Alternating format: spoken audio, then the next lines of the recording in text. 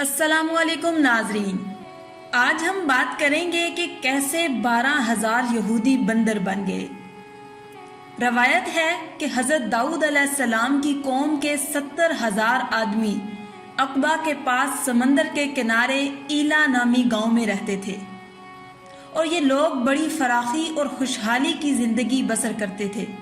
اللہ تعالیٰ نے ان لوگوں کا اس طرح امتحان لیا کہ ہفتے کے دن مچھلی کا شکار ان لوگوں پر حرام فرما دیا اور ہفتے کے باقی دنوں میں شکار حلال فرما دیا، مگر اس طرح ان لوگوں کو آزمائش میں مبتلا فرما دیا کہ ہفتے کے دن بے شمار مچھلیاں آتی تھی اور دوسرے دنوں میں نہیں آتی تھی۔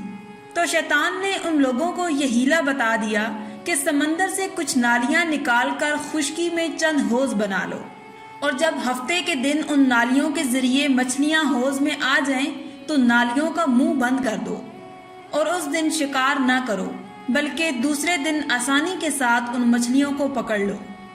ان لوگوں کو یہ شیطانی ہیلا بازی بہت پسند آئی، اور ان لوگوں نے یہ نہیں سوچا کہ جب مچھلیاں نالیوں اور حوضوں میں مقید ہو گئیں تو یہی ان کا شکار ہو گیا۔ تو ہفتے کے دن ہی شکار کرنا پایا گیا جو ان کے لیے حرام تھا۔ اس موقع پر ان یہودیوں کے 3 گروہ ہو گئے۔ پہلا گروہ کچھ ایسے لوگ تھے جو شکار کے اس شیطانی ہیلا سے منع کرتے رہے اور ناراض و بیزار ہو کر شکار سے باز رہے، اور کچھ لوگ اس کام کو دل سے برا جان کر خاموش رہے، دوسروں کو منع نہ کرتے تھے بلکہ منع کرنے والوں کو یہ کہتے تھے کہ تم لوگ ایسی قوم کو کیوں نصیحت کرتے ہو جنہیں اللہ تعالیٰ ہلاک کرنے والا یا سخت سزا دینے والا ہے۔ اور کچھ وہ سرکش و نافرمان لوگ تھے جنہوں نے حکم خداوندی کی اعلانیہ مخالفت کی اور شیطان کی ہیلا بازی کو مان کر ہفتے کے دن شکار کر لیا اور ان مچھلیوں کو کھایا اور بیچا بھی۔ جب نافرمانوں نے منع کرنے کے باوجود شکار کر لیا تو منع کرنے والی جماعت نے کہا کہ اب ہم ان معیشت کاروں سے کوئی میل ملاپ نہیں رکھیں گے۔ چنانچہ ان لوگوں نے گاؤں کو تقسیم کر کے درمیان میں ایک دیوار بنا لی اور آمد و رفت کا ایک الگ دروازہ بھی بنا لیا۔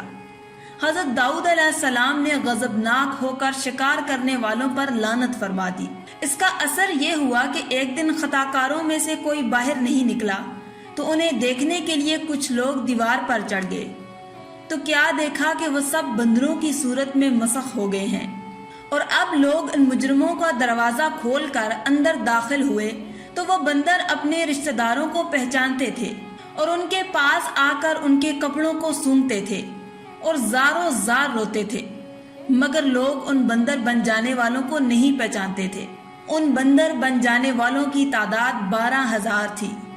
یہ سب 3 دن تک زندہ رہے اور اس درمیان میں کچھ بھی کھا پی نہ سکے، بلکہ یوں ہی بھوکے پیاسے سب کے سب ہلاک ہو گئے۔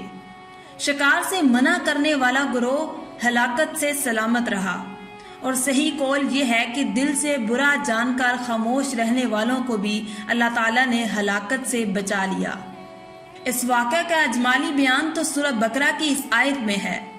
اور بے شک ضرور تمہیں معلوم ہے تم میں کہ وہ جنہوں نے ہفتہ میں سرکشی کی تو ہم نے ان سے فرمایا کہ ہو جاؤ بندر دھتکارے ہوئے۔ اور مفصل واقعہ سورہ اعراف میں جس کا ترجمہ یہ ہے، اور ان سے حال پوچھو اس بستی کا کہ دریا کنارے تھی جب وہ ہفتے کے بارے میں حد سے بڑھے، جب ہفتے کے دن ان کی مچھلیاں پانی پر تیرتی ان کے سامنے آتی اور جو دن ہفتے کا نہ ہوتا نہ آتی۔ اس طرح ہم انہیں آزماتے تھے ان کی بے حکمی کے سبب۔ اور جب ان میں سے ایک گروہ نے کہا کیوں نصیحت کرتے ہو ان لوگوں کو جنہیں اللہ پاک ہلاک کرنے والا ہے یا انہیں سخت عذاب دینے والا ہے، بولا تمہارے رب کے حضور معذرت کو، اور شاید انہیں ڈر ہو۔ پھر جب وہ بھلا بیٹھے جو نصیحت انہیں ہوئی تھی، ہم نے بچا لیے وہ جو برائی سے منع کرتے تھے، اور ظالموں کو برے عذاب میں پکڑا بدلہ ان کی نافرمانی کا۔ پھر جب انہوں نے ممانعت کے حکم سے سرکشی کی، ہم نے ان سے فرمایا ہو جاؤ بندر دھتکارے ہوئے۔